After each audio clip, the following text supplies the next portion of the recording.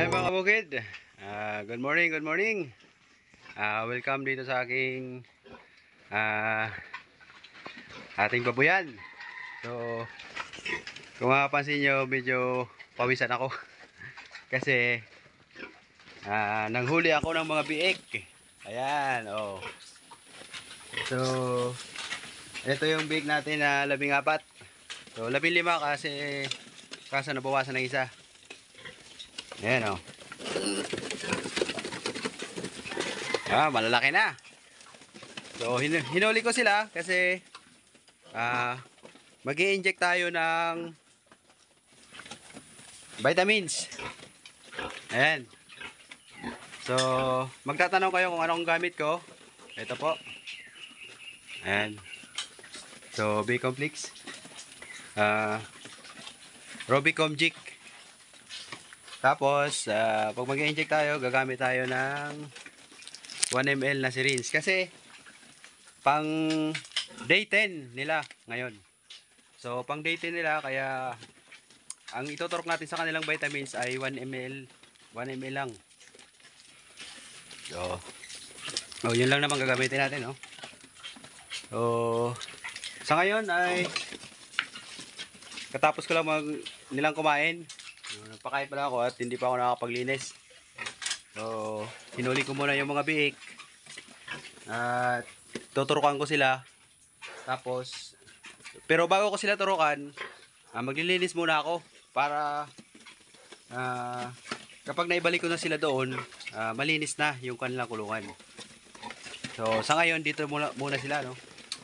So, update ko kayo sa ibang mga alaga natin. Ito, yung baboy natin, next month pa to.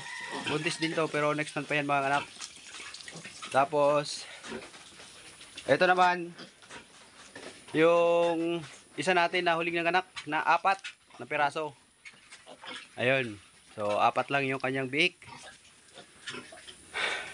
Pero actually, hindi lang 4, no, 5 kasi may nangyari dito na hindi ko inaasahan. So, yun ang ipapaliwanag ko sa inyo sa susunod ko na video. So, kung ano yung nangyari dito. Tapos, ayun naman, yung isa, 14 days. 14 days na lang yata. Oo, 14 days. Mga anak na siya. So, medyo malaki na rin yung tiyan. So, yun ang susunod natin na aabangan. So, meron na naman tayong aabangan, no? Meron na naman tayong pagpupuyatan. So, ayun mga kabukid, sa ngayon ay maglilinis muna ako.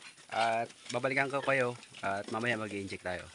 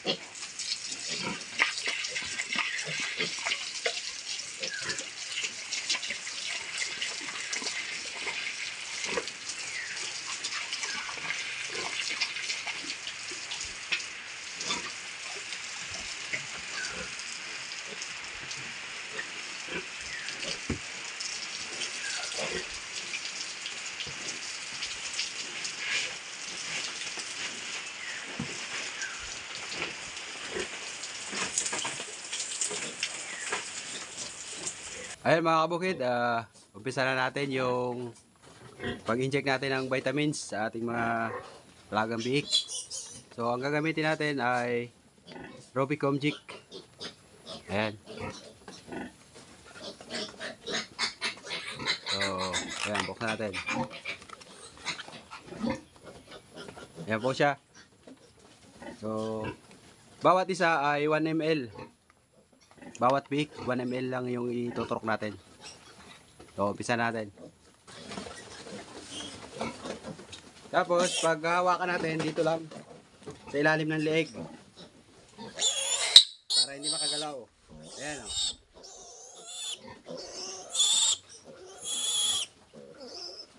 Ayan, tapos na. Lagyan natin yung marker.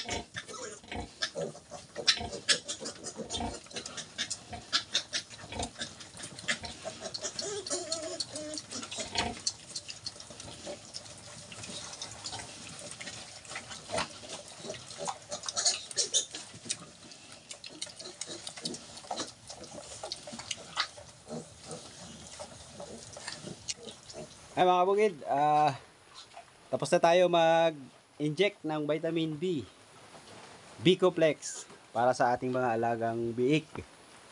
Ayan, so pagkatapos nila ma-injectan at mailagay ko dyan, ayan, dumidi agad.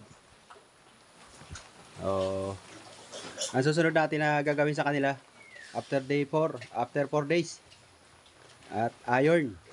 Tuturukan naman natin sila ng iron. Pang 14 days. Tapos yung sa kabila naman pang day 10. So vitamins naman sa kanila. So magsasabay sila sa susunod. Ito 14 days tapos yon 10 days. Tapos ngayon wala na tayong gagawin. Hindi ko mailabas yung mga manok kasi umuulan sa labas. Kaya doon muna sila sa kulungan. So ayun mga kabukid, maraming salamat sa patuloy na panonood at pagsuporta dito sa aking mga video. Lalo-lalo na sa mga subscriber natin na walang sawa sa pagsuporta. At sa mga baguhan na gustong matuto sa pag-aalaga ng mga baboy at biik, yung may mga nagbabalak at mayroon ng mga babuyan, lalo-lalo na sa pag-aalaga ng mga biik. So patuloy lang kayong manood dito. At sigurado ako marami kayong matututunan. So maraming salamat. Hanggang dito na lang muna. Paalam na muna.